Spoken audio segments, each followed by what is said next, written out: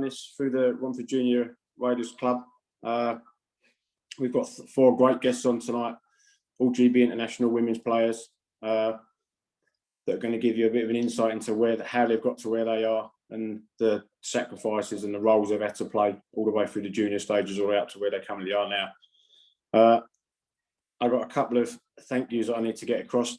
This idea was originally shamelessly stolen from the Scottish Hockey Coaching Association through Stevie Lynch, Barry Carnegie and Martin King when they did their chat with Angela Taylor and Beth Schoon that I watched a couple of weeks ago. Really, really good. So I have shamelessly shown them this. They're doing a fantastic job up in Scotland at the moment, keeping people interested in the sport through their Zoom calls that they're doing on a regular basis. So thanks for that, guys. Big thanks to Chris Ellis and Craig Simpson. I think Chris is on the call somewhere. Yep, I can see him there, for helping with the socials, getting this out to the group that are on this audience that we've got on here. And then the rest of it I will pick up later on during the event. We're going to start off with Kimmy Lane doing a brief presentation on her career to where she is now. If we can keep you all on mute while this is all being done. Once we get to the end, the chat box is how we're going to be doing the question answering. So if you've got questions, put it in the chat and then we can get the girls to answer it. If you want an individual girl to answer the question, that's fine. If it's going to be a group conversation, then we can go from there a bit. So, and I will now hand over to Kimmy Lane. Perfect. Thank you, Ben. Let me just see if I can share this one. Can you see that all okay? Yep. Yeah. Cool. So I won't bore you all for too long and try and keep it nice and short and sweet. But obviously, I'm Kim Lane. And just to quickly recap where it started for me, I started playing my junior hockey in Peterborough at the age of 9. I played the majority of my hockey until I was about 16 with boys. And then from then on, I went to play for the Bracknell Queen Bees before ending up in both Switzerland and Sweden. So just the junior hockey, like I mentioned, I played for the Peterborough Phantoms, which is my hometown. I played the U10 up to the U16. If I'm honest, I was ready to leave the boys by the U16. It was getting physical and a bit less enjoyable for me. But the U10, U12 and a lot of U14, I really enjoyed my time at Peterborough. They were really supportive and still to the day now, I still get messages and support from that team. So I think by the age of 16, I was ready to get away from the boys and happy to get to Bracknell. But I also played the U11, U13 with the conference team, which is really great fun. You get some great trips and some good memories from that. I think it's also good to learn the trial process at such a young age. You sometimes get the letter home that you've not quite made the team, and I think it's a good lesson in hockey and in life that many challenges come and you don't make the team the first time, so you need to go away, work harder and do that again. So I think it's a really good learning process in that way. And the same with the U16 girls. I had a great fun with that team, and I think we went to Canada, Finland a couple of times as well, and it's just great to get the best players of that age group together and playing together is sort of the first steps. So like I mentioned, from Peterborough, I went on to play for Bracknell. I was recruited by Paul Burton and Nats Aldridge, gave me a call when I was about 16. And I was really fortunate to play for the Bracknell Queen Bees. And I can thank both my coaches and my teammates for finding the love of hockey again with Bracknell. As I say, I was on the verge of whether I still wanted to play with the boys when it was getting to that age group. But playing in that women's team with such fantastic teammates and just really found my love for hockey, and we won a lot as well. I don't have the statistics in front of me, but there was a fair few league titles and some playoffs there too. So I think Paul and Nats, I can't thank enough, and the rest of the team. I was living in Peterborough for a lot of the time. I was playing in Bracknell, so a lot of you guys understand how much we all travel to play hockey, and the team and the coach is really supportive of that and understanding that practice was a long way away and a 2-hour journey home at silly o'clock at night. So I'm really thankful for their support there. I was really fortunate to get the opportunity to play pro hockey in Switzerland. I had the help from a good friend and GB hockey legend, Angela Taylor. She knew the coach in RJRIHC, which is the team I played for. They were actually facing the relegation series at the end of the 2016-17 season. So they were recruiting a couple of players or a player to help them get through that relegation series. So I had about 3 weeks to decide and take up the offer of the coach to whether I moved to Switzerland and play the rest of the year there. And it was definitely the best choice I made to go and take that leap and move away. Not to know anyone apart from Ange, but she was a couple of hours away in Zurich. And I just grew as a hockey player and a person. I think getting to play with those sort of players that were in the Swiss national team and also against them, I just grew massively as a hockey player and plenty of ice time and just a fantastic experience all round, really. My teammates made it what it was. And if anyone gets the opportunity, I think, to go to Europe and experience that, they have to take their arm off and just take the leap, because you won't regret it for sure. And then up to Sweden, which is where I am now. I think I had a really tough experience in Sweden. I think I came in with the mindset that it'd be very similar to Swiss. It's not. It is a better standard. I think it's one of the best leagues in the world that they have in Sweden at the minute for the women. It's definitely up there. I didn't actually have the opportunity to play in the SDHL, but I know we do have some Brits over here playing. We have Leanne Ganny, Nick Jackson, Georgina Farman, Louisa Darnell, and what they do in that top league, I really admire. It's still something I'm working on. I think I took a step back from hockey slightly to focus on my work and to focus on some targets I had in my job, but I still have that dream to play in the SDHL and work harder over here in Sweden. But it's on the ice 4 times a week, off the ice training 4 times a week, and a couple of games at weekends. So it's a big commitment. And I think it's really important to me to always keep the fun element of hockey, which I've done throughout my career. That's always been the most important thing. So as long as it stays fun, I hope to continue my dream in Sweden of getting that SDHL place. And then lastly, just on the national team, it's obviously always an honour. I represented GB from the age of about 15, 16. You get to travel the world with your best friends and such great teammates, and see places that you never thought you'd see, play against players you never thought you'd play against, both in U18 and the senior level. So we still haven't hit that goal and got a promotion that we wanted, but I definitely think it's coming. It's not far away. We've been close enough. So I think it's pending, but we're working on it. That's it from me. Thank you very much, Kimmy. I think the next one we were going to do was Jodie. Yep, let me just share my screen.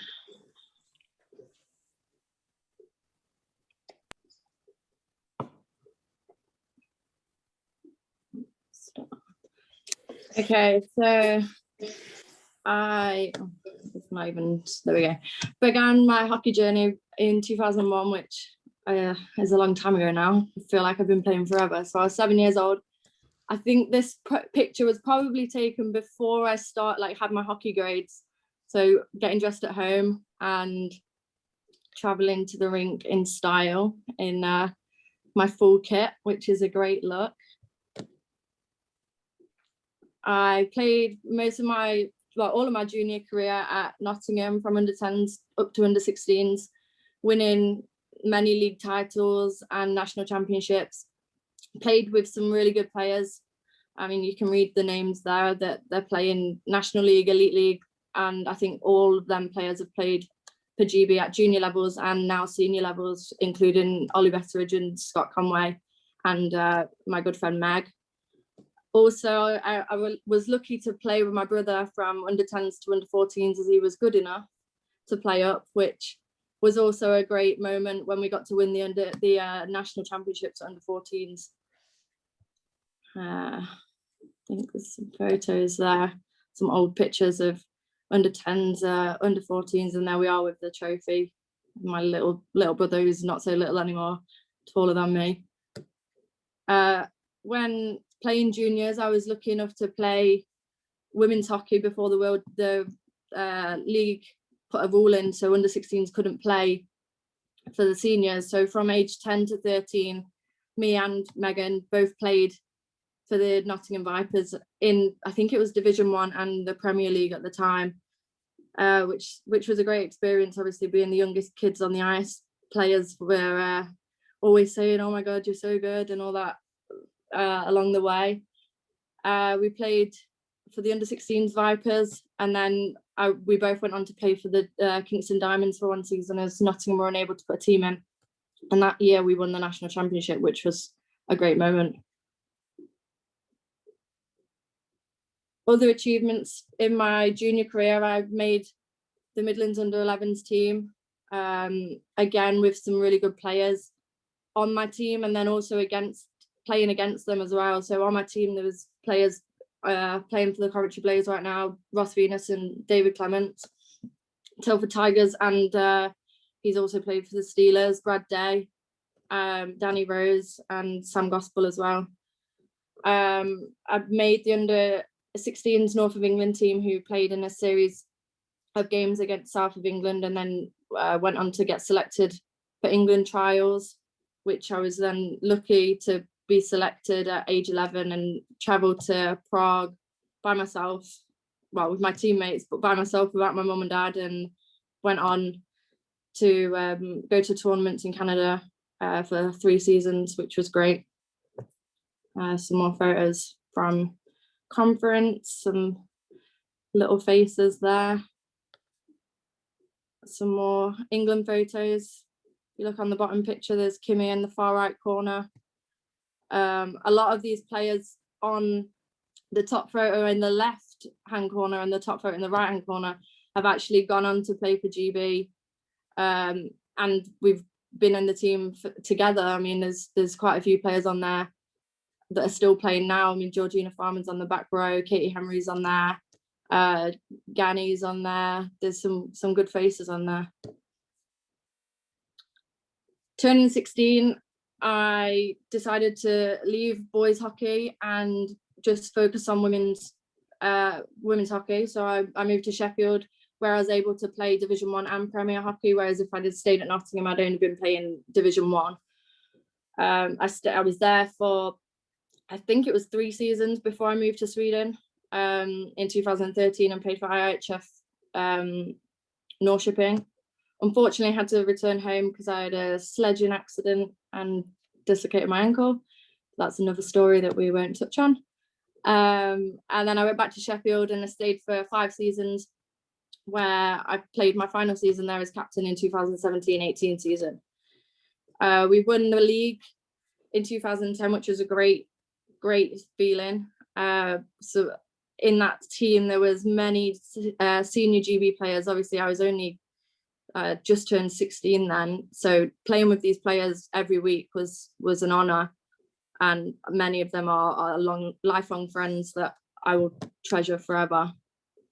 Some photos in the left hand, obviously Sheffield, and there's us on the outdoor rink in Sweden, which was a fantastic experience. In 2018, as I was leaving Sheffield, they were relegated. For me as a GB player, I needed to be playing in the top league. So I made the decision to move to Solihull, being the closest elite league team, to continue playing in the highest league. Played the full season, and then obviously the season last got cut short because of COVID, but it's been a great experience so far, and playing with like top players again, it's just brought my game on more. Both me and Saf ended both seasons as top point scorers. It helps when I assist her goals and she assists mine, the ones I can score, obviously, because I'm not a great goal scorer. And then with our line mate Katie Henry, we finished the season just gone of a total of 124 points, which is pretty impressive to say we didn't even play a full season.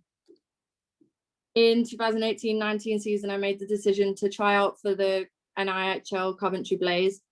I'm lucky to make the team and actually get lots of ice time. My stepdad was actually the coach at the time, and he said, I don't know how much ice time you're going to get, but I'll give you a shot. And luckily, there was lots of injuries and players playing on 2 ways, so I managed to get first line and power play, and it was a really good experience.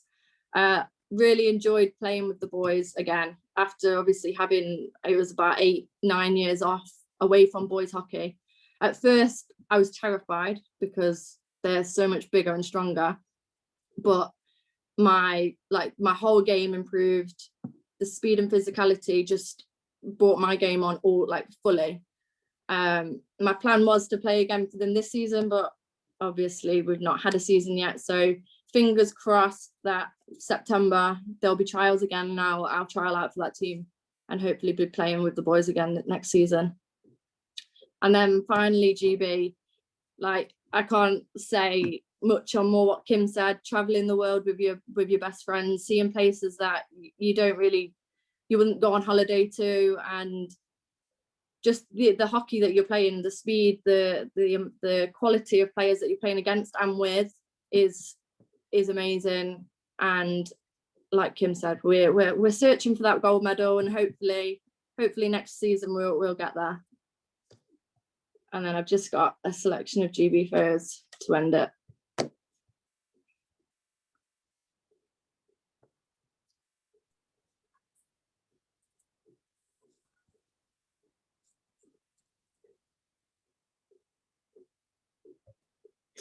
Thank you very much, Jodie. Next is little Ellie Wakelin, who's one of our Romford own homebred players. Thank you. Let me just share my screen. Can you all see that? Yep. Where is it?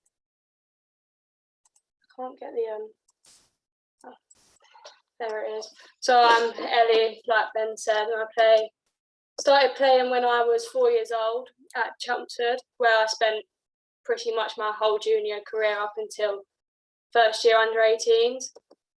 I was always around hockey prior to this because I had family involved in the sport. But I mainly started because Martin Parfitt once come up to me and said, Ellie, instead of watching all the time, why don't you just put the kit on and see where you end up, which I did and never looked back since, really. My first game and goal were both against Romford, which is quite ironic now that I'm playing for them. I was a goalie at one point, not that many people know. I only did this for a couple of years, and I had Mikey Robinson and Ben Clements as my goalie coaches. But I decided I wasn't that good at it, so I decided to come back to being a player, and ever since being a defender. My junior hockey, like I said, was mainly spent at Chelmsford, where I was there until I was 16. We did lots of jamborees, lots of tournaments, including Sheffield, Coventry and Telford. So I believe, I could be lying, that photo in the top corner was at Coventry. We went to nationals 2 years in under 15s, where we went both seasons undefeated. And I spent my last 2 years of under 18s at Romford. So yeah, I played women's hockey. I played for IceBees from when I was 10 up until I was 16, which again, like Kim said, I was very fortunate for Paul and Nats to allow the travelling that I couldn't make every week to training, because like Kim said, it's a long journey, and having school the next day, getting back at midnight wasn't always ideal. With IceBees, we won hockey quite a lot. We won every year in the normal league, and we went to nationals every year, but we won my last 4 years there consecutively. When I turned 15, I started playing for Queen Bees alongside Kim my first season, which was something I was always proud of because I wanted to play for them my whole junior career growing up, and they are a very successful team, like Kim said. I started playing for Cobras at Chelmsford too, and we went to playoffs in 2019 and won with 9 players, and it was the first time they've won a nationals in God knows how long, so that was a massive honour, especially with such little players there too. I've been fortunate enough to play for South East Conference since I was under 11. However, in my first year, I did get cut, which was obviously a massive downfall for me because I felt quite upset by it, but I persevered and used the comments of what I needed to do to improve for the next year, which has helped me stay in conference ever since. But my highlight year was definitely as under 15s, where we won the tournament. We got taken to Belgium that year. We played against the 17s. We won everything. So it was a pretty good year for us then. I've played for England too. Like Jodie said, we did a North vs South game, which was always fun, but it was like the lead up to the trials for England. you got to go to School of Excellence, which was a week away in Hull without your parents, just you and loads of your mates, constantly doing fitness, on ice twice a day, all things like that. With England, we went to Finland quite a few times, which was always fun because we got to train in the same place the Finnish national team did. So we joined in with their fitness testing. We played games against them, which was obviously challenging, but it was always fun. And I've also trialled for England boys. I did a development year at under-13s. I did trial for under-13 Quest for Quebec and under-14. But I was never strong enough to make the team physically, really. I was always a lot smaller when I was younger. But obviously that's benefited me now as it helped me progress to where I'm playing now. I've been fortunate enough to play for GB. My first ever GB in the global game when I was about 13, I reckon, which was just a game against each other. We've been to 4 nations, which my favourite one was at Dumfries, where we won everything. As Cheryl, if she's here, can back me, it was a pretty good tournament for us as we were literally on fire that tournament. We've been to World Championships, which again, my favourite was at Dumfries, where we won bronze. But it's not all been positive with them. We had a relegation last year, which obviously was a massive negative thing for me. It affected me quite badly, but I've used all the feelings I had for that to help me put it into my game of how to get better and how to improve for GB in the future. And it's been an amazing life experiences, traveling with your teammates, seeing new countries, all of that kind of stuff is always good. Me, Jess and Emily got selected for a RJRIHC camp where we had Cheryl, Saf, Jeff, Nikki, and my mum actually went. We literally got put in teams with different people. None of us were together, which was really fun because you got to meet loads of new friends. Learn about how different countries play hockey. Yeah, that was really fun and taught me a lot about being a true athlete. And where I am now, so I'm currently playing at Romford, like I mentioned earlier. I played my first season at Romford in the NHL 2 team, which our team is now in NHL 1, and I'm currently playing for them too still. If anything, playing men's hockey has improved me massively. It's faster, quicker, same thing, more aggressive, and I just have to think more, and I think it has definitely improved me as a player, but I don't believe I'd have got that at any other club, and I have to say thank you to Ben for allowing me to have that opportunity. I've done my level 1 coaching course where I can give back, so I coach at Romford in the younger age groups, and I also go to England camps to help out there. Play for the Cobras still, and I still play for the Queen Bees, so yeah, it's quite a busy schedule, so that's it from me. Thanks, Ellie. Last but not least is Saf and Alan. Hello. Right, let's see if I can do technology.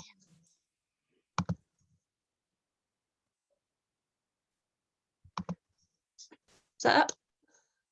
Yep. Wonderful. So, yeah, let's see if it'll.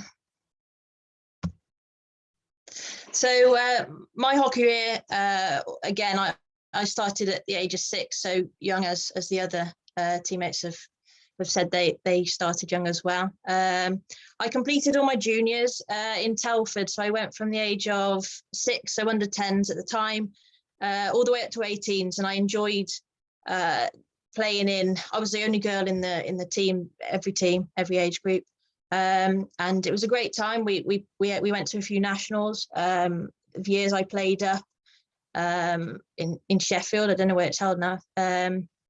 And they were great. We won a couple of nationals and came second in one. Midlands Conference, under 11s to under 17. So I was lucky enough to be selected for every age group that was available. I'll come to it later, but I kind of cover challenges in my career, and the first Midlands Conference team I trialled for, so my first year of under 11s, I actually was cut, and that to me kind of set off my career. That was a feeling I didn't like at all, and I didn't want to happen again. So I'll come back to it more later, but that kind of, I think, kind of kick-started that I really knew I wanted to get where I wanted in hockey, and do whatever I had to for it. England boys, so I was again lucky enough, I trialled every year, and was successful. So under 13s, we travelled to Quebec. So that was an experience in itself. You were billeted out for 3 weeks to a family.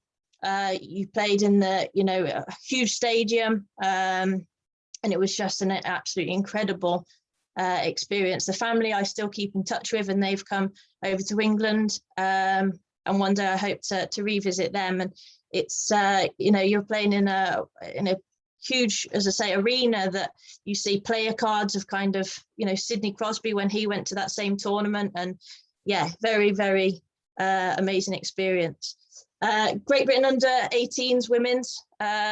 So again, I was lucky enough to be selected. We travelled to, I think Asiago was my first under 18s. And that was actually a qualification tournament. And I think it was the first time the GB 18s had qualified, and we went over to Norway for the actual World Championships. So that was brilliant in itself. And the team we had there were very close-knit, and we still reminisce on those tournaments today. And then the following year, it was in Dumfries. So again, another great tournament, and a great team to play, be a part of. Great Britain University. I've been to 2. So the first one was over in Italy, in Trentino. That was run very much of like a normal, if you like, tournament style kind of event. And the second one we went to was in Kazakhstan, and that was run as a complete full Olympic game. So we had, the Olympic Village. All the athletes were all together. You had a huge opening ceremony that was actually on telly, and that for me, absolutely incredible experience. And probably not for the hockey, unfortunately, we didn't win at any games, but as an experience, that's one that's definitely up there in my top list. GB seniors. So my first tournament was in 2010, and hopefully, well, we're trialing again, so hopefully it's still a current thing.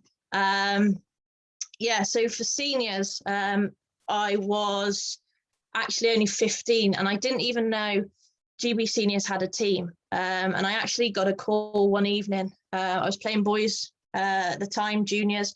I had a call off of Anna Walters, who was a manager at the time, and she said, Reg Wilcox, the coach, has basically been watching you and would like you to come along to trials. So that was pretty strange, because I didn't even at the time play women's hockey. So my first, icing with women player was at a trial. And you had to be 16 for the first game of the tournament. And my first tournament was out in Caen. I got selected that season, and I became my 16th birthday was 2 days before the first game. So I think it was travel day. So that was pretty exciting in itself. And then where I am now, so I'm at Solihull currently with Jodie, as she's already mentioned, and line mate Katie Henry. We've had a couple of good seasons. So I've got quite a few pictures on all the slides, and there's a few kind of name drops that people might have heard of. So there in the middle, there's David Clements and Ross Venus. We've also got Adam Goss, who obviously had a couple of seasons out in America, is back in the UK now. Adam Taylor, he's Telford Tigers now.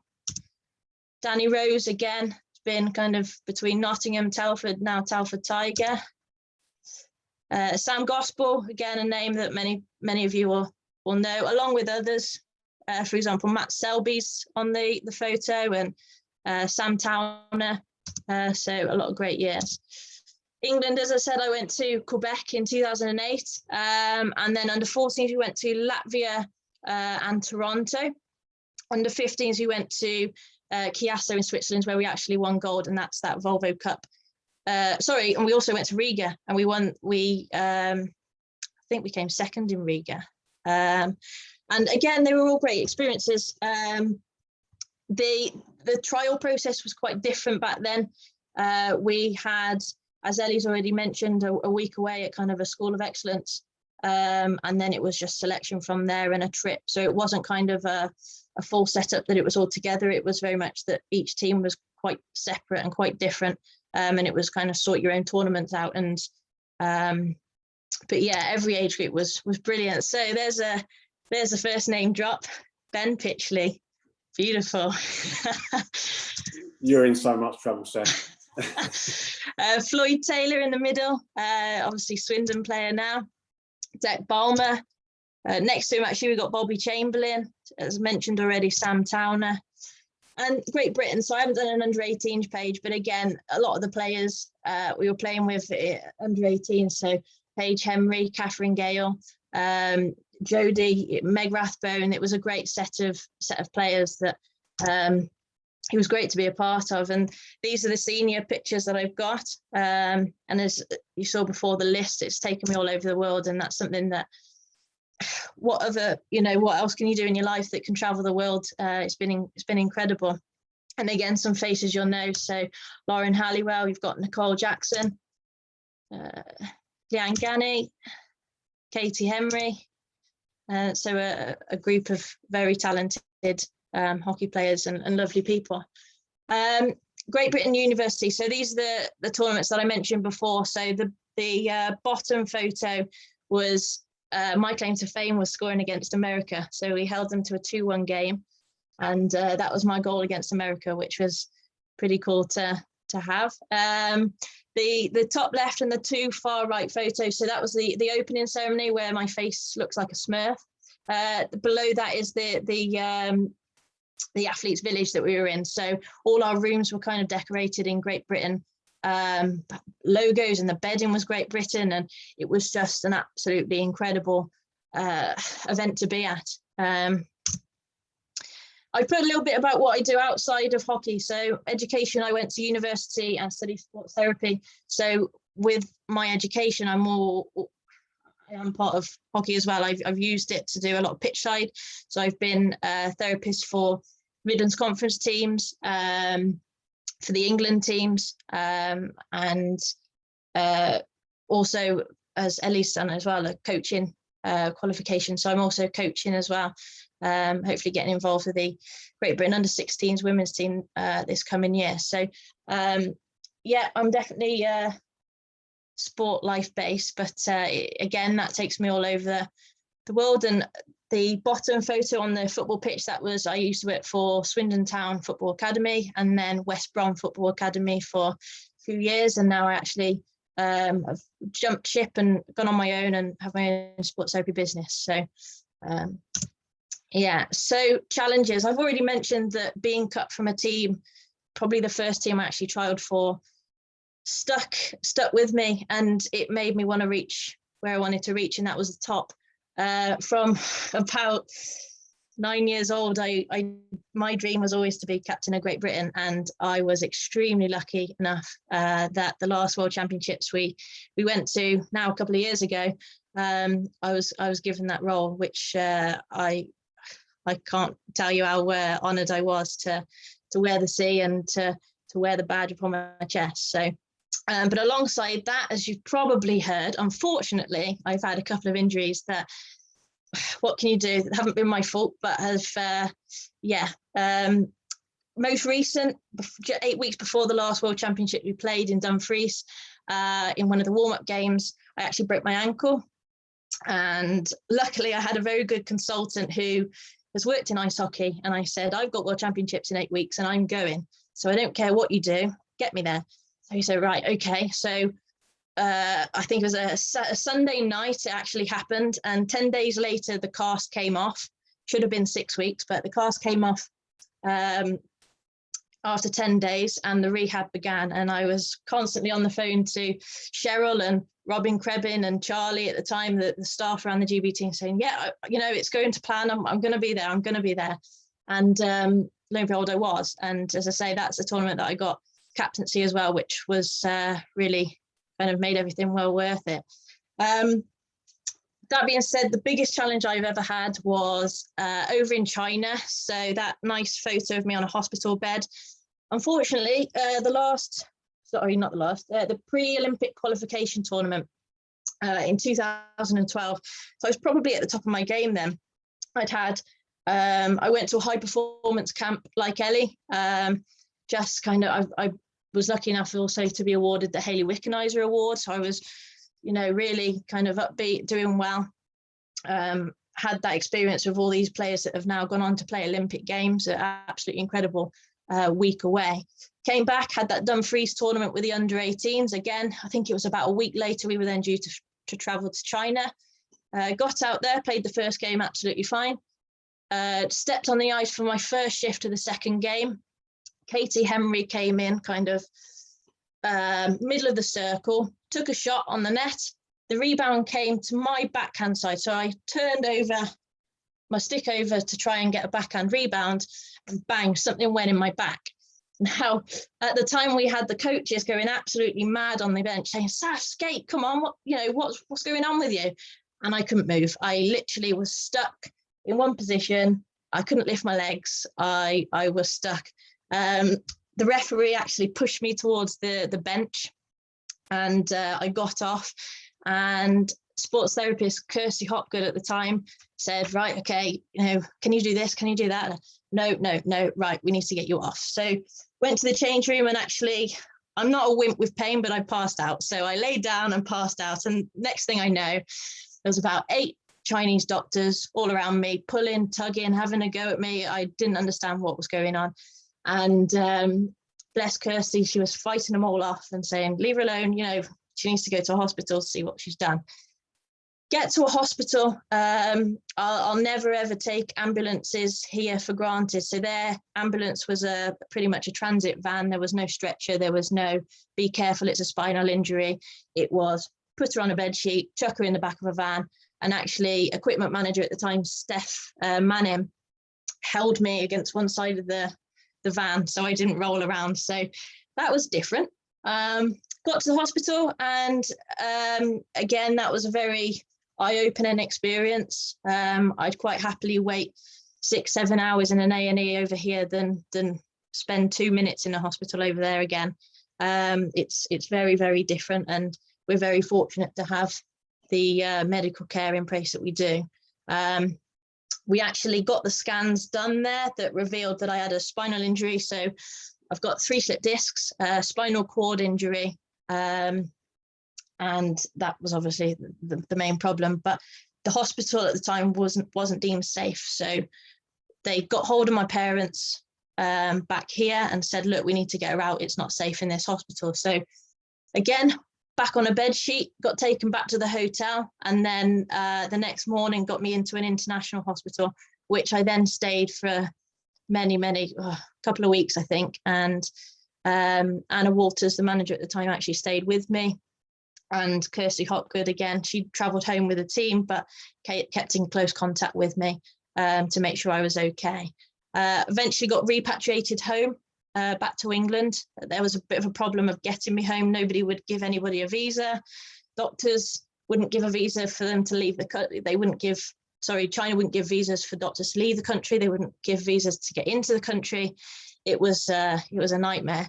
And being laid there with your communication blocked regularly to your parents, and kind of not really knowing what was going to happen, was being told by the Chinese doctors I wouldn't walk again and I could say goodbye to playing.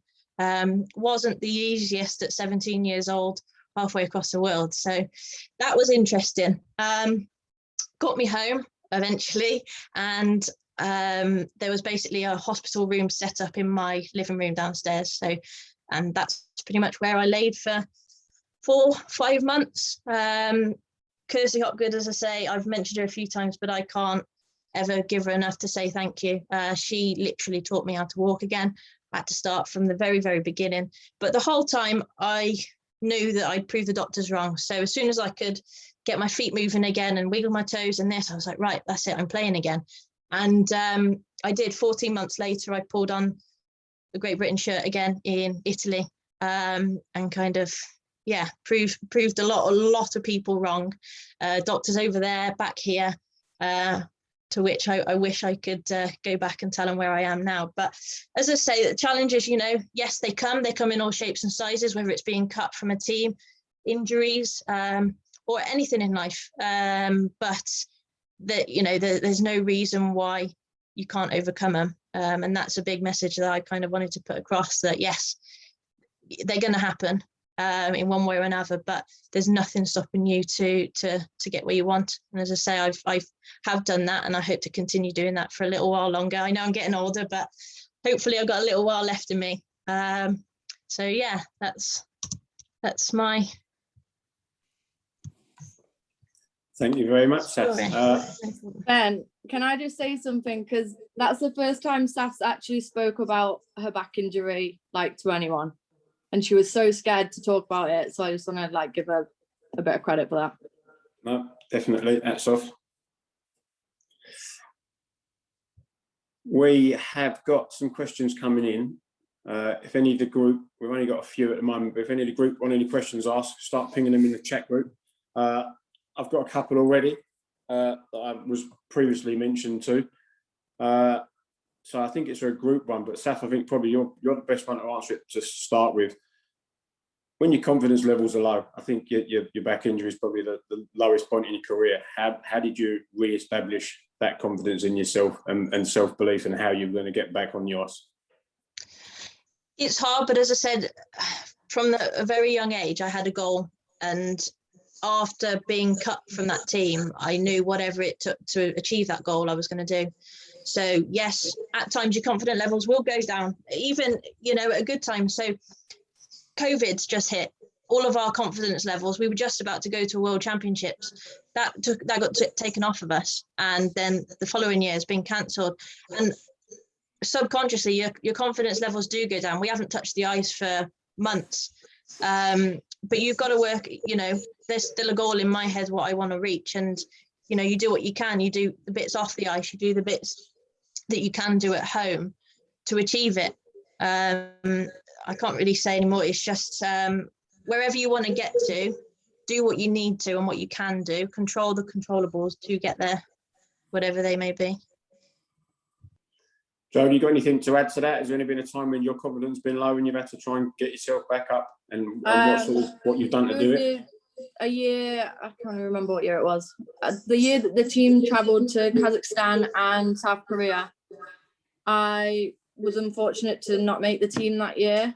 I know now why I didn't make it. I was unfit and I needed to get myself back in shape. So seeing the team fly to Kazakhstan and to South Korea, obviously I was gutted that I wasn't there, and that made me work even harder for the next year. And then I was selected back in to go to, I think it was Maribor the following year. And ever since then, I've kept my fitness up and continue to work hard. So I think when you get like knocked back, you just have to keep focused and find what gives you that motivation again. Kimmy, anything from you on that one? No, not really. I think I've been quite fortunate, I think, with injuries and stuff. Had a bit of a lucky ride, so I'm just going to touch some wood and stay out of that one. Yeah. Ellie? Yeah, you will face quite a few knockbacks in this sport, especially as girls, I have to admit it. Like, playing in a boys' sport, it is sometimes harder, but you've got to use the lows of it to help you get to your highs. Like I said earlier, relegation, that knocked my confidence massively when I come back and had a game the same weekend. You don't want to play hockey. I felt so low, but if anything, I use that to turn how I can get better and how I can prevent it happening again. So you just use the negatives where you are at your level to turn it into eventually your highest confidence. So yeah. Okay, one more from me before we go on to the questions that we've got coming in. Highs and lows in your career. So we'll go back to you, Ellie. We go reverse order. A high in my career, like I said, winning conference was a really good year, but I would say the most positive thing I've done is managing to play at NIHL 1 and not look too out of place. Like last season, I was on line 1 Henry Hill, 3 on 3s, and that was quite a high point for me. Either losing at nationals at under 15s in the last couple of minutes, or like I say, relegation. That was really hard. You have to pick yourself up at some point. No, agreed. Kimmy? I think highs have got to be my time in Switzerland. I think, like I said, that was definitely the place I felt sort of belonged to play hockey. It was a really good, just a good experience and a good level for me. I think I was enough in my comfort zone and enough out of my comfort zone to get better. So just my whole time in Switzerland was a high, really. But as a low, I think it's got to be the GB stuff. I think we've been in so many games that just one more goal or a couple more shifts and we could have quite got it. But yeah, we've never quite come away with that gold yet. So I think that's got to be the lows for me, is those tough last GB games. Where does being kicked out of an under-11 semi-final game of conference rate in that, Kimmy, where the two coaches had to walk into the referee's room and beg to the referee that he didn't give a match penalty for the horrific dirty check you threw as a 10-year-old child? I think you've mistaken me for someone else, Ben. I wouldn't do that. Jodie.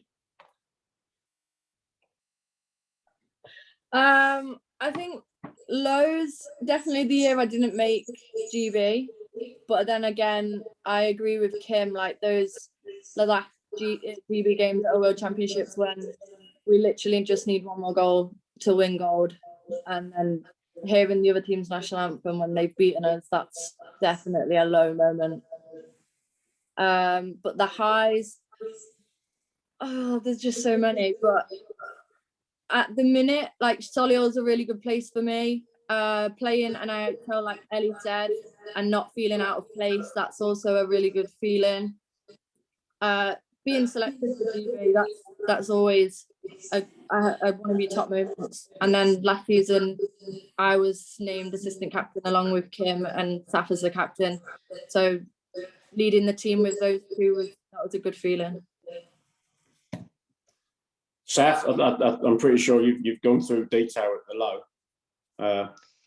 Yeah, low, definitely getting injured, although it did motivate me then into positive, so I suppose you could use it as both. Yeah, highs, I've already mentioned captaincy. That was my absolute goal from a very young age, so that was my biggest one.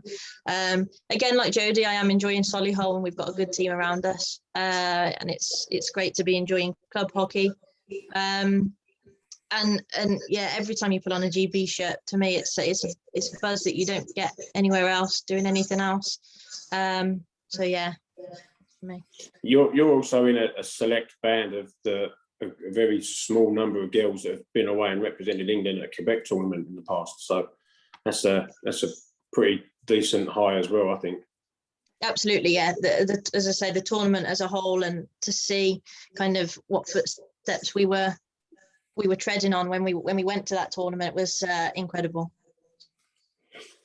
Right, so we got some questions in. I'm not going to embarrass myself and make mistakes with the names that are on them, but the first question comes in is, how do you juggle university hockey and a job on top of travelling to games and practice? So I think that's a you question there, Seth.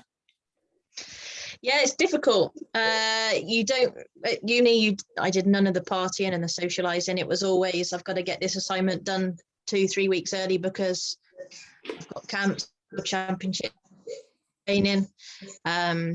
Yeah, it's hard work, but as I say, if you want to get somewhere, you do what you have to do to get there. So I didn't want to give up hockey.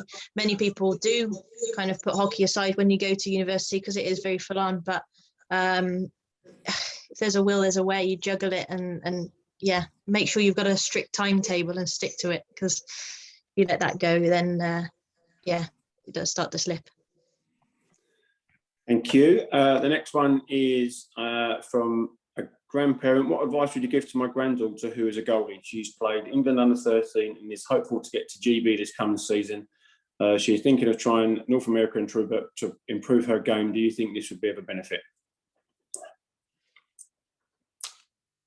Jodie, can you give me an answer on that one? Obviously, none of us have played North America, but a lot of the girls have. Like, there's quite a few girls that have gone through the Ontario Hockey Academy system, and I think most of them have then gone on to play NCAA, like Katie Marsden, Shannon Douglas. RJRIHC. They've all gone through that system. So I think if you get the right school for that for you, then it could work. But I'm not too like up to date with the North American side of schools and hockey and all that. So I don't know really how much more I can go into that. No, okay, that's fine. Mark, if you want to ping us an email, it'll go out in the Twitter feed, an email address. We'll try and get a better answer for that one. Next one is, what are steps to get into the GB team? So Kimmy, can you answer that from how you went into it from the junior level until where you are now with it? I can't remember how I got into the U18 team. It would have been a trial process, wouldn't it?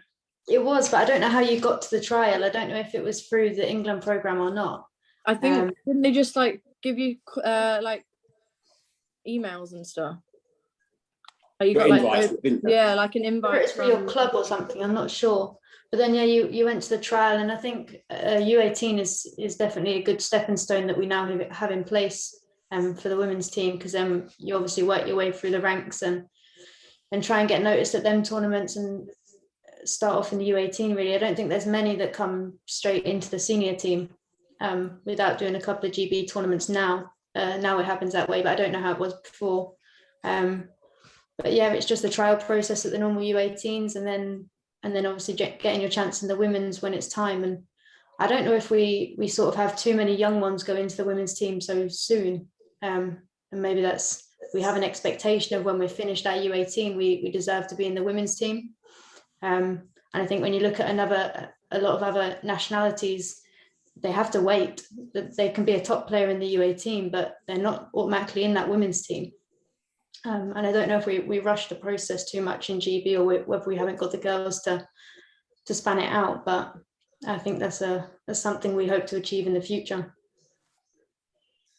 Thank you. Saf, this is one for you. How did you fare against the Quebec teams when you played? Yeah, they were tough. In the actual tournament itself, I don't think we even qualified. It was kind of in groups and round robins and things, so we didn't get very far in the actual tournament. We played a lot. Once you basically got knocked out, there was a set of challenge games that were arranged for you. We challenged a couple. I think we won one. We actually played one game in a shopping mall that had a fairground kind of roller coaster going over the top of you and all sorts. So yeah, tough games to play, and as I say, score lines weren't our best, but yeah, it was good fun. It's the experience playing out there, isn't it? It's not just the hockey, it's the lifestyle, it's the pond skating on the ponds and the back gardens, the outdoor rinks, the wrapping yourself up at minus 30 degrees, and just the whole experience as a whole. I mean, my buddy's just left. He's been on it twice with his kids from Connecticut. They've played in it twice, so he'd have been able to give us a really good answer on that one from the US side. Next one, I'm an under-9 goaltender for Mentor Storm. How did you all balance hockey and schoolwork? Ellie, seeing as you're our youngest one, you're the closest one to school age. Yeah, not long finished. It's obviously quite difficult, but hockey's not a sport you have early in the day, unless it's a weekend. You have it in the evening. So I used to do my day at school, get home, do any homework I had, and then prepare for training. I was training most evenings. At the weekend, you don't really have time to complete homework, so you have to do them up in your spare evenings if you don't have anything else. Obviously, it's not ideal doing work whilst travelling, which is something I had to do in college. My assignments were mainly done whilst travelling to a game or to Sheffield for training or something. So it is hard to juggle, but you've got to balance it so you get everything in. Set a timetable for how you're going to fit it in, and just try and stick to it, or it's not going to work. It's going to be so complicated. But one thing I did struggle with was getting up for school on a Wednesday after going to on a Tuesday. You need to try and get your seat in the car, but it's not always possible. But yeah. And it's even worse now. You have to drive yourself to practice, isn't it, Ellie? I've barely done that yet, though. It to take me. So the next one is from a Romford parent. This is a pretty good question as well. So this is aimed at all of you. What qualities are most important in playing at GB level?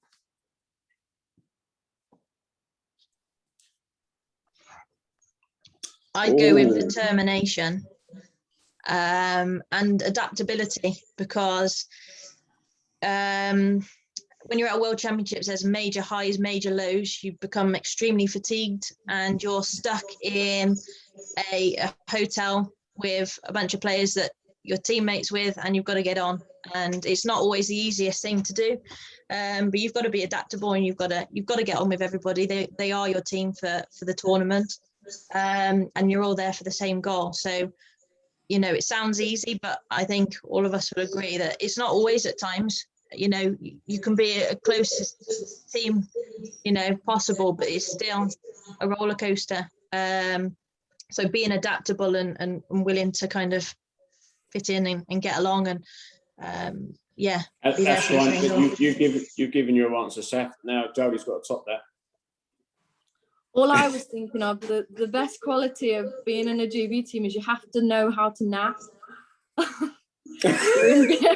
Like, if you can't nap, then what's the point of you like going to World Championships? You have to nap. No, yeah, and we've got I agree, women's though, coaches like, laughing here as well with this. So, yeah. It definitely, being on a team, you have to get along with everyone. Obviously, people are going to annoy you, and you're not going to like everyone. But being a team at World Championships is important, and if there are like cliques in the team, you've got to work them through, because it will show on the ice. And I think as a senior team, that's where like the maturity of the senior players becomes important, like, and the team leaders. We've had issues in the past where things have had to be spoken to. We've had to have team meetings, and you've just got to be adults about it, for definitely for the senior team. Yeah, I think that's my point. Kimmy Lane, anything to add? Genuine, really, it's like any level that you play at, you just got to work hard and move on to the next game. I think that's one thing we learn with GB, is that you're in a tournament playing games so close together, you can't dwell on what's happened. You just got to move on to the next one and put it behind you. But at any level, you just got to work hard, do your best. Ellie? I think effort is a massive thing, because if you're not having your best game, the most important thing you can do is put effort in. I think you need to have your want to be there. Like, I think that was one of our main issues last year. There were some players that didn't understand the effort that needed to go behind it. If something wasn't going their way, they just think it's not working. But that's not the attitude. You need to be wanting to put the effort in and wanting to win games. You need to have, like Saf said, like the determination, like, and similar to Kim, every game is a new game. You can't, if you lose a game, you can't go into the next game thinking that, as they are so close together, you've got to be quite strong-minded to move on to the next game, the last game. No, thank you. Next question. With ice time for some being limited, how much emphasis would you put on diet and off-ice training, and from what age? Jodie? Thanks. I think off-ice training is, from any age, off-ice training will help. Like, you can't practice enough off the ice. Obviously, it's completely different to them being on the ice, and I think all of us found that even more during the lockdowns. Not having the ice time and going out on rollerblades and all that, and then hitting the ice was completely different. So I think, as much as it is different off the ice to on the ice, it will help altogether. Your general fitness will improve, and I think just having a healthy diet all the time. I mean, I wish I'd been more healthier as I think it would have given me a better mindset as I've grown. So I think, yeah, just not as much off ice as you like, but you still need to do a bit, but then also still be kids. Like, you can't train full time and enjoy life as a child. I know I didn't do as much off ice as kids are doing these days, but I still had time to enjoy my childhood as well. And I did enjoy McDonald's as a child, so don't stop eating McDonald's. A collective question then, so just to add on to that, to roll on from that, how have you had to adapt, all of you, your off ice programs that you haven't got ice? I know we had the discussion yesterday when we had the recce before this. There's only one of you that's been on the ice pretty regularly at the moment with the elite status that we have in Romford. Ellie's been on the ice pretty regularly since Christmas. The rest of you have had big chunks of the season missing. I like a lot of the kids on here that have been very stop-start during the lockdown process with COVID and rinks being open and then lockdowns and all that. So how have you had to adapt your off ice and your mindset more than anything, probably, just to keep yourself focused? Because you've got Olympic qualifiers coming up. So it's how have you dealt with that individually?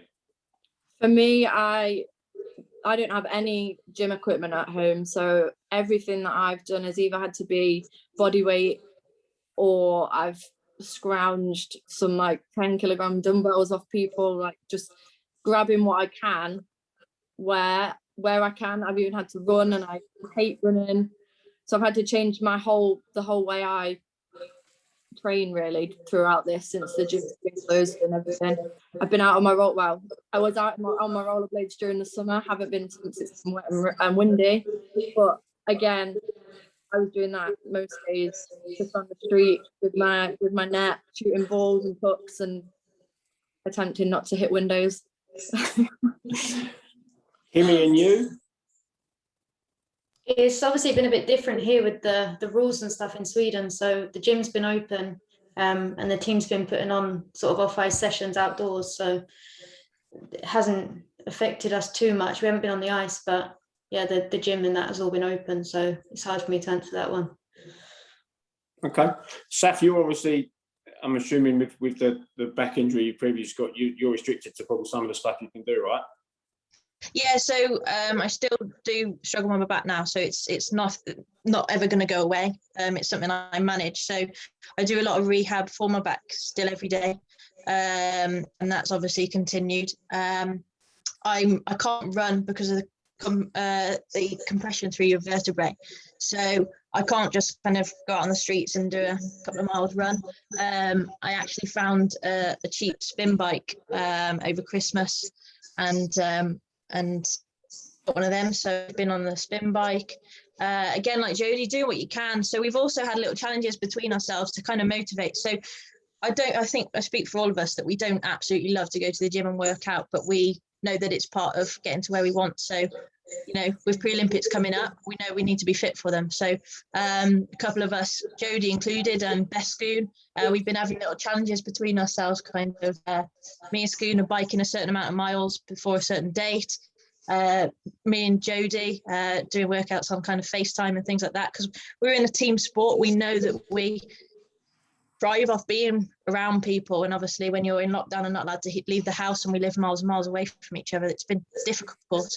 And again, like your skill-based stuff, you can grab an old stick and a golf ball, and you can still do your stick handling, and if you've got anywhere to shoot, things like that. So it's just making the most out of what you've got around you, really. And as I say, we've got technology, and that's a big thing, that you can kind of keep each other motivated. And for me, that's been a big help. Ellie, you're the sport one out of this lot, because we have access to ice once a week. Yeah, I feel horrible right now here. I feel so bad. I did struggle going back to training quite a lot. Even I had preparation time, I was starting to work out properly, and I don't think any of it could have prepared me for the first training back. But I do wish I did more cardio-based stuff, as I think it would have helped. But there's not much that is that similar to hockey. Like running is different to skating, but the actual fitness aspect of it is similar. Like going on a run, improving your cardio, definitely help with your cardio hours, which is something that I have struggled with since being back quite a lot. I literally look like a tomato by the end of training. So yeah, I would definitely recommend getting some fitness in before you go back. And I'm trying to do it now so that I start to find it easier as the training's. So yeah. Okay. this is one for everyone. What other sports have you played parallel to ice hockey when you were at school, university, etc.? Elle, go. Throughout school, I played pretty much every sport that was offered to me. Outside school, I did roller. At school, I did tennis. I played football. I did athletics. Did rounders. Did running club. Literally anything that was there, I would do it. I was at school every day, swimming, all whilst doing hockey. So yeah, I was quite busy. I did gymnastics for a while. I was never really into dancing or anything, but yeah, I did quite a lot growing up sport-wise. Kim? Just a bit of football when I was younger. Not so good at it, but yeah, I played and then had to choose between that and hockey. So I think that was about age 11, 12. That was all for me. Jodie? Mine was mainly just at school, so playing like on the football and the hockey teams at school. I didn't really play anything out of school, just focus on hockey. And Seth? At school, I played as much sport as I could, really. Everything, swimming, tennis, football, rugby, everything. And then, as Kim mentioned, I dropped it all about 11 or 12 to focus on hockey because of time, money. Parents couldn't get us everywhere at the same time. So, yeah.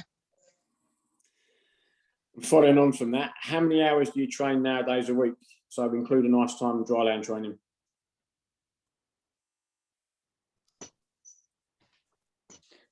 Here we have 4 on ice, 4 off ice. So you have an hour off ice before you have an hour and a half on ice training. So. Oh, they're 10 hours a week straight away there, Kim. Yeah. Yeah, and then games on top. Yeah. That's good. Go, Els. Prior to lockdown, which is probably the last time I had a normal training schedule, I was training almost every day. I did 2 hours on a Monday with 18 men, same on a Wednesday, Bracknell on a Tuesday when I could go, and Copeland on a Friday. So it's about 6 hours in the week plus games at the weekend. But having 2 or 3 games every weekend, so quite a lot, actually. Jodie, you would have had a tough schedule last year as well, wouldn't you, with NHL and Yeah, Queen? so I was lucky enough I could train with the under-20s at Coventry, as well as playing an IHL. Obviously then when I was only playing women's, it's only 1 hour a week, but I was still able to train with the under-20s at Coventry. In the gym, I tend to do like 3 days on, 1 day off, and then 3 days on again. Obviously, depending on games, I would skip days when I'd got a game. But when I had both men's and women's, I could have played 3-4 games a weekend, especially if we had a GB game as well. I remember there was one day that I was in Sheffield at lunchtime on the Saturday, drove straight over to, I think it was D-side on the Saturday evening, and then played a women's game on the Sunday. So that was 3 games in one weekend, which is quite tough. And then having to go to work on a Monday morning and feeling like you've been hit by a bus. But yeah, I tend to do 3 days on in the gym, and then have a rest day, and then try and do 3 more with ice time included in them days. And Seth?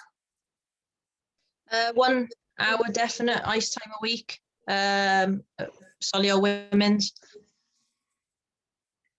So kind of Telford men's or wherever. I kind of live in the middle of nowhere, so it's not easy to travel all the time. I'm an hour from Solihull, and then other than that, it gets pretty long, whichever direction we travel in.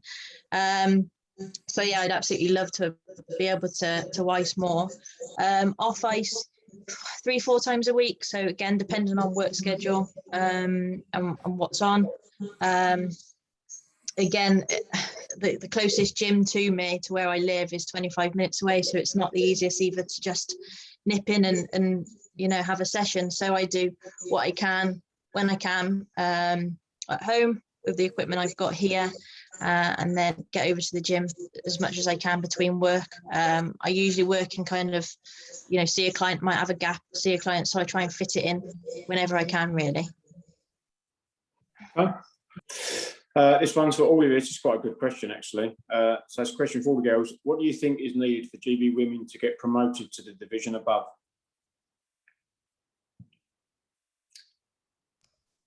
Let's go with you on that one, Saf, to start with.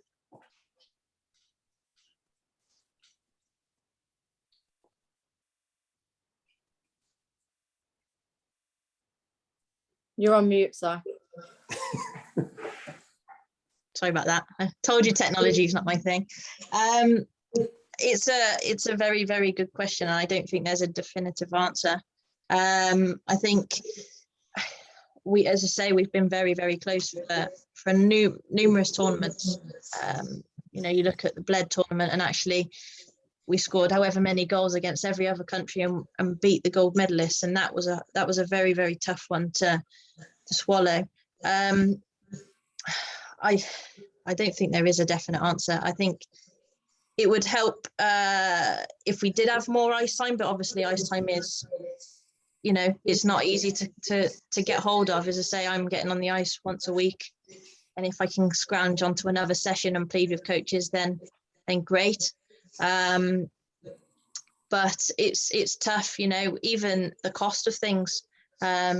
At Solihull, we're paying 60 quid a month subs just to cover the cost of, you know, training, and even that we scrounge for players every single year. We you know, just to cover the cost to be able to play for that year, and I think that is tough in itself. You know, then we have to fundraise on top, and again, that's just to cover costs that we have, you know, no say on. So, but it becomes difficult. It's difficult for players to balance everything, as I say, time-wise, money-wise, everything. Yeah, I know the group of girls we've got have all got the same goal, and it's just we need that. I don't know. I don't want to say luck, because I think, you know, you make your own luck, but I think we're well overdue a gold medal, and I think yeah, we really deserve one at some point soon. Hopefully this coming year. As the rest of you, the group, have you got anything else to add to that, or is Saf pretty much just hit the nail on the head there? It's saying from my end, it's saying like she just hit the nail on the head. I think a little bit as well. We have some senior players that I think we lose too often. We've got a very young team, and for whatever their reason, they leave the team early, and we lose a lot of senior players. And we have a very young team, and like I mentioned earlier, the U18s are coming straight up into the senior team. And maybe those senior players aren't getting the time in that team that they need. And maybe we need a bit more experience and sort of maturity in that team, from my opinion. But I also think a lot of people forget we're not a country that we can all play hockey every day of our lives and not have to worry about work. Like the countries we play against, quite a lot of them is just their life is hockey. I think a lot of people at our time just have to go elsewhere. And like I said, we don't get enough training necessarily, like where we can all be together, especially where we all live in completely different ends of the country and all have very different lives as it is with work. It's a lot harder for us all to get together. Yep, Jodie, anything to add? I agree. I think a lot of people don't realise that we aren't full-time athletes, and all of us are working full-time or in education full-time, and we do as much as we can. Again, like what Saf said, ice time is limited, and that's obviously due to money, and we're always looking for more funding, and that's one thing that I honestly do think that it would benefit the women's game if there was more money put into the women's side of it. 1 hour a week for a club team in the top league, in my opinion, isn't good enough, and for them I think that's why players have gone abroad to America to play in the NCAA, and again, Kim's in Sweden, and there's more girls out there, and that they're getting the ice time that they need to improve. And I think if we had that level here, it would improve the GB national team as a whole, and women's hockey altogether. No, great answer. Saf, this is an easier one than that last one, because that was a tough question. You girls did well with that. What division? Can you remember what division you played in the Quebec tournament? haven't a clue. No, I just saw the question. I was trying to think back. I honestly can't remember. I can find out because I'm sure I've got. I know because you played the year after Jay did, because you're only a year older than my Jay. Jay played in the B division, and we carried on staying in that division all the way through until I think our last 2 years. The last time I was out there. So yeah, You're such a hockey nerd. He knows all about my life. I don't even know that. So I'm thinking Sean will probably know this as well, like somehow. Both of them, hockey nerds. I can tell you, and he's going to appreciate this while he's on it, so we'll go with that. So there's a guy on the call that very fashionable, looks after himself, really well spoken, and he was on our trip to Quebec, and Saf, you get on the bus and you bus out from Montreal all the way out to Quebec. It's about a 3-hour bus ride. If there's a lot of parents, one of the years we had a lot of parents, so we had 2 big coaches and we had to have a trailer put on the back to put all the kids in. So we are driving down the freeway, coming out of Montreal, and the boot of the trailer opens up and one bag fell out the back of the trailer and we rolled over it. It was Charles Baker's bag. And he's sitting there laughing away. It had his laptop in it. It had all his clothes in it for the time we were out there. It had all the EIHA pins and, Saf, the pin badges that we used to have. It was, I mean, he's laughing there. It wasn't funny at the time. There's 4 of us walking around the freeway at 8 o'clock in the evening, probably about -20, trying to pick as much of the items up we could because he needed to claim it back on insurance. So yeah, Charles, that one's for you. Hats off. That was a good event. Next one. This is a good question. How do you girls afford all of this with what you do? Obviously, you've got work. You're all working now. When you get, I'm assuming when you get up to the junior level, your parents are paying for it. I don't know how many of you still bank of mum and dad. I know I've got 2 adult children that still like to use bank of mum and dad as much as they can, even though they've both got their same own houses and everything now. But how do you juggle this? Because obviously I know from when I was involved in England, it's a commitment. You're having to take time out of work, so using annual leave that you can't spend with family, that you can't go on the holidays that you want to do because you've got training camps, you've got to have a certain amount of days for when you go away to the Worlds, and they're not a 3 or 4 day trip, it's a 10, sometimes 15-day trip. How do you juggle all that about and the cost? Because it's a cost for you, isn't it? I've been quite fortunate throughout playing hockey for like my parents and my grandparents contributing constantly to like new kit, travelling, petrol to get to games, feed, all of that. So yeah, I put most of my money-based stuff in hockey towards them. I wouldn't be where I am now if I didn't have my parents and grandparents helping me fund it all. So yeah, I think that's for all of us as well. Like throughout my junior career and still in like now, my mum and my stepdad Sean have obviously put a lot of money into my hockey career. I mean, only just weeks before the last World Championships, I was playing a Blaze game and snapped my stick. And I thought, I don't have another stick for World Championships. I got to the bench and just looked at Sean like, please buy me a new one. And he was, obviously at the time, he was like, shut up, we're not discussing it now. But a week later, the money was in my bank account and I was able to buy a new stick. So again, a lot of it is our parents. And now, like you said, we have to take time off work. So it's just balancing what earnings we do earn and putting money aside for those times when we are away. I've been quite lucky to receive some grants from my county council and city council in the last couple of years. So that's helped towards my travelling to Solihull and back. I was sponsored by Jerry from McDonald's, who has supported the GB national team men's team.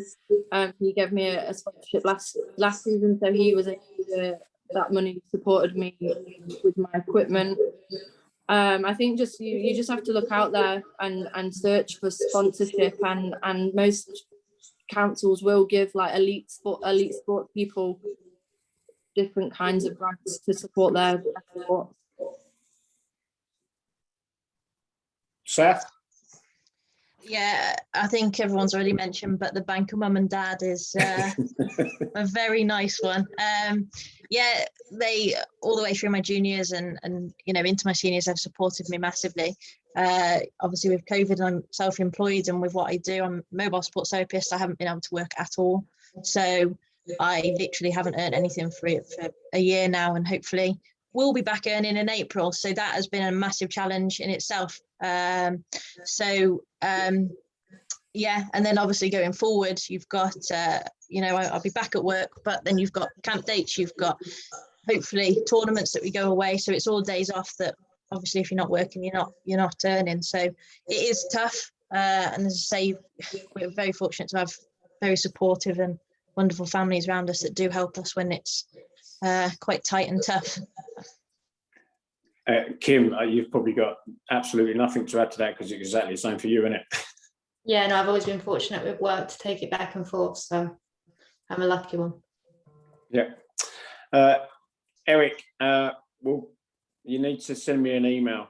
So can you go into the chat and leave me an email address, and we'll come back to you with that question that you've just given us, because we can get an answer for that for you.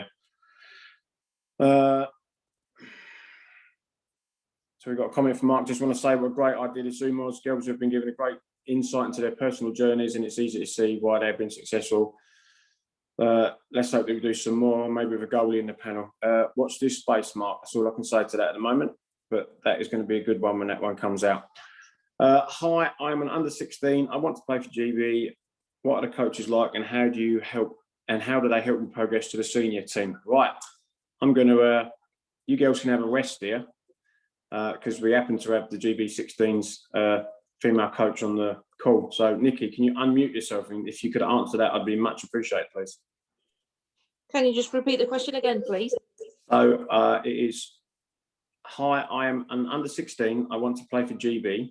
What are the coaches like, and how do they help you progress to the senior team? Terrible. The That would be Mr. Word there, wouldn't it? yeah, that was, yeah. It's quite a difficult question to answer, to be honest. I would say the coaches are lovely. Obviously Saffron's already mentioned that she's joined the GB under 16s program this year, and we have another former Great Britain player who's joined the coaching side along with me, in Monica Petrosino, and having worked with England for a few years with the girls under 16 program, really our job was to prepare the girls ready for the under 18 GB program. So we want them to come in and first and foremost and enjoy themselves, but at the same time it's an introduction into the elite level. We were fortunate enough to go to a couple of tournaments abroad with the girls, which gave them some exposure and some experience in terms of what they could expect, although it was over a shorter period of time than they would get at an IHF tournament. And this year the focus really is the same, is to prepare the girls to make sure that they have the right skills to move forward to the under 18s girls program. And really we're just sort of revamping things a little bit this year to make it more in line with the 18s girls. What we want the girls to come, we want them to come and enjoy themselves, but we want them to come and work hard, showcase their skills. Yeah, so that's really all I can answer. Hopefully that's enough.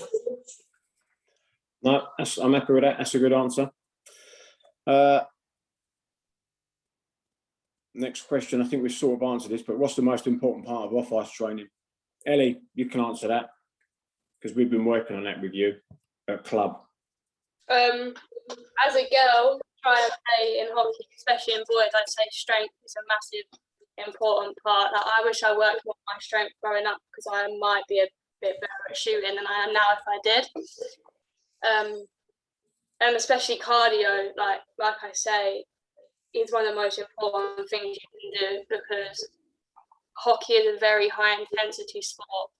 It's not slow. Yes, it's quick shifts, get up, have a break, but the break is quick too. So you do need to have good muscular endurance and aerobic endurance both together working.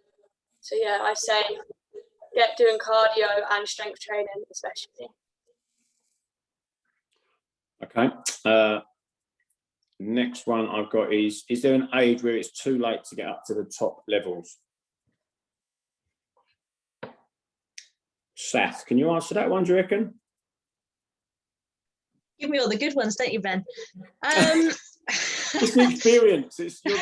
You're the elder statesman by probably about 7 months over Jodie. No, I'm younger than Jodie. No, you are. No, sorry, younger. I apologise.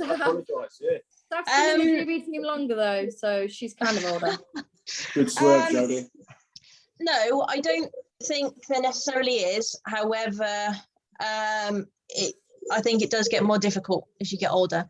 So obviously, if you're kind of around and you've been training on ice, off ice, you're kind of in the kind of lifestyle, because it is a lifestyle rather than a hobby or anything like, it is, it's a way of life. And if you're playing hockey and you're kind of competing club and all the rest of it, no, there's not a level, I guess, or an age where it's too late to get to the top. As I say, I just think it's more difficult road to climb, I guess. Right, that's good. Jodie, you've got a really good question now, okay? What have the GB program done for you during COVID? Zoom fitness sessions, Zoom video learning, etc. So obviously we haven't had any ice time due to the lockdown.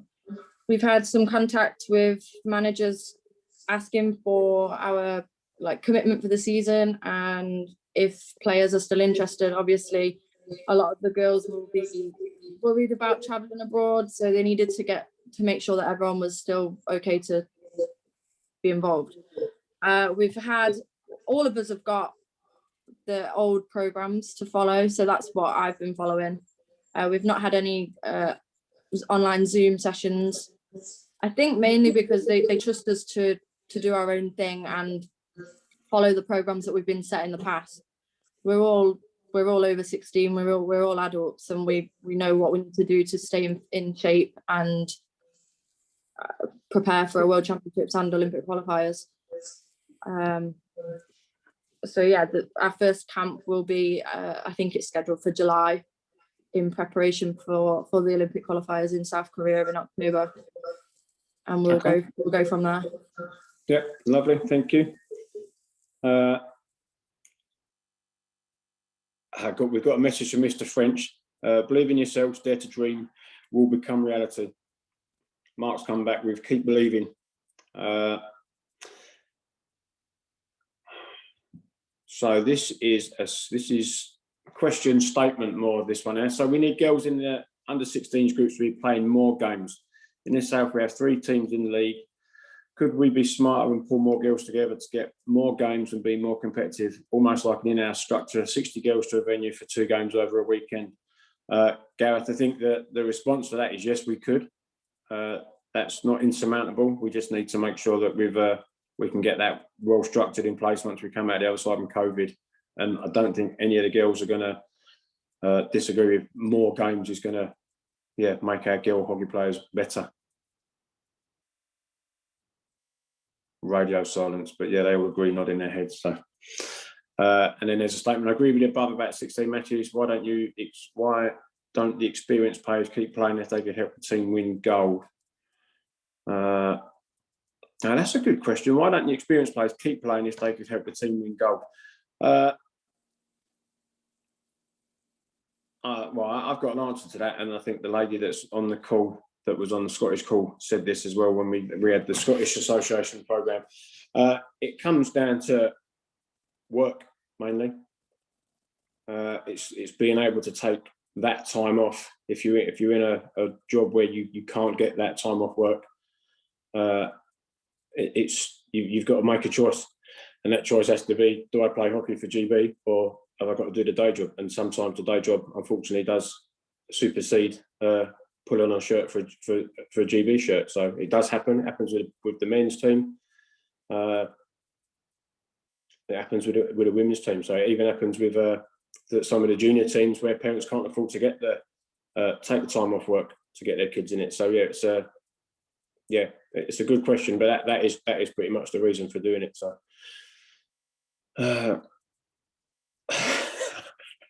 I do like this question from Lily Endicott. Do you still have your pin badges that you traded with other teams at Quebec South? I do. I've even got them in a certain pin badge, like little bag that they came in. I've got tons of them, Little Caesars and Brampton, and yeah, lots and lots of pin badges, hundreds. Yeah. Lily, I will send your dad a picture of the pin badges I got for the 6 years that I coached in that tournament, because I've got a lot of badges as well.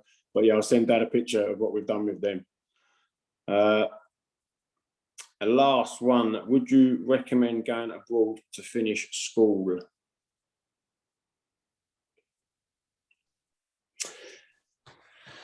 We haven't got anyone on this call out of you girls that have done that, have we? No, I came after school. Yeah. But it's the college girls you want to speak to over in the States. I contemplated it. Yeah, Right. me too. I'm gonna ask someone that she might not come on and do this, but Miss Taylor, are you on this call still, Angela? Could you answer that for us?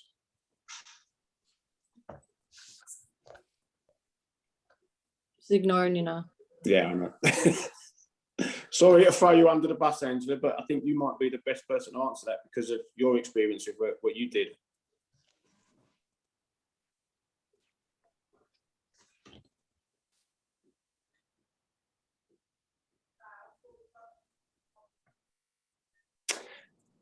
Ellen, if you can email me, so when you go into the chat, just send me an email address, just direct to me, and we'll get an answer for that from a couple of other players. So that is all the questions. So if there isn't anything else, I think we will bring this to an end. Thank you very much, ladies, for giving us your insight into how you got involved in the sport and what you've had to sacrifice and what you've had to do to get to where you are. Good luck with the GB team this year and the Olympic qualifiers. Just hope we can get you guys ready to go.